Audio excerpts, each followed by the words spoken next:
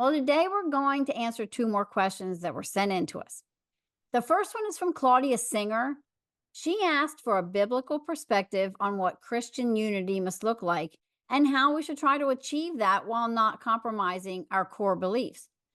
It's a great question. It's not always easy to answer, and there isn't really a good answer, but we're going to talk about it.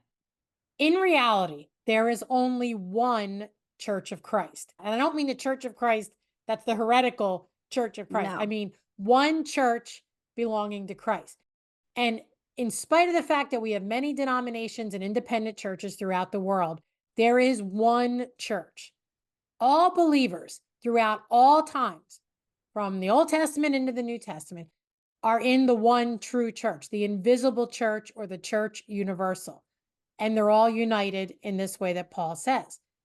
But we certainly don't appear to be a unified church from the looks of things that we see now.